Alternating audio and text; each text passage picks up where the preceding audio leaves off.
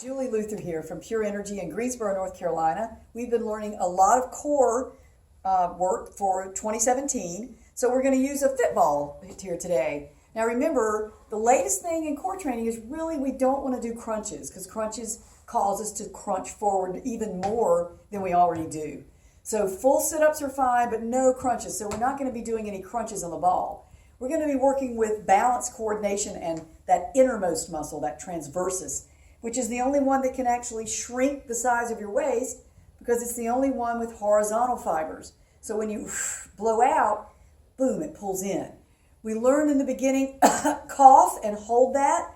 So what we're going to do here is we're going to try to balance like a seal on a ball. Just so you know, Tiger Woods can hit a golf club from on top of one of these balls.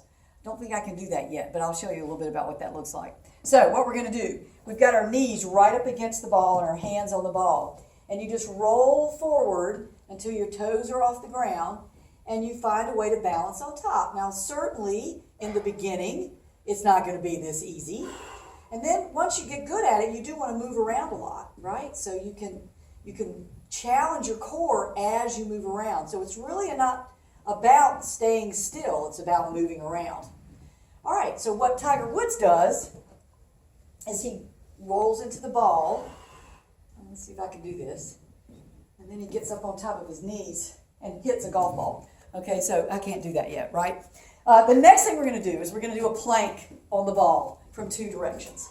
So once you learn to balance on the top, spend maybe a minute doing that, coughing, holding that tight, just like Glenn did in the back, cough.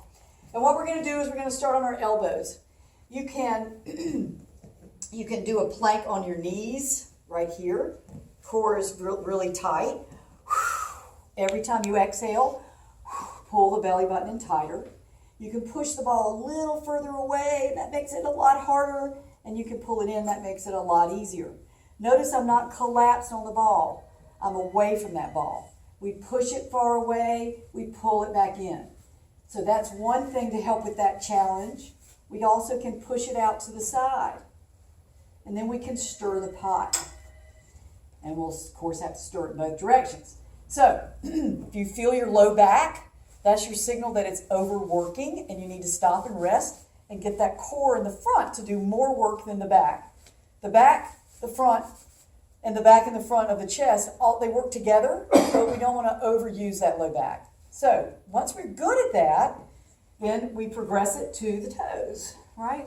And we push in and out, and we go right and left, and we stir the pot. Make sure your butt's not up in the air or sagging down low. You want to be in a nice straight line, belly button tucked in. So it's awful nice if you could look in a mirror or have a friend keep up with what you're doing, right? The last thing we're going to do is we're going to do a plank with our feet on the ball. So you want to start here and you just walk out. So this would be easier than coming all the way out.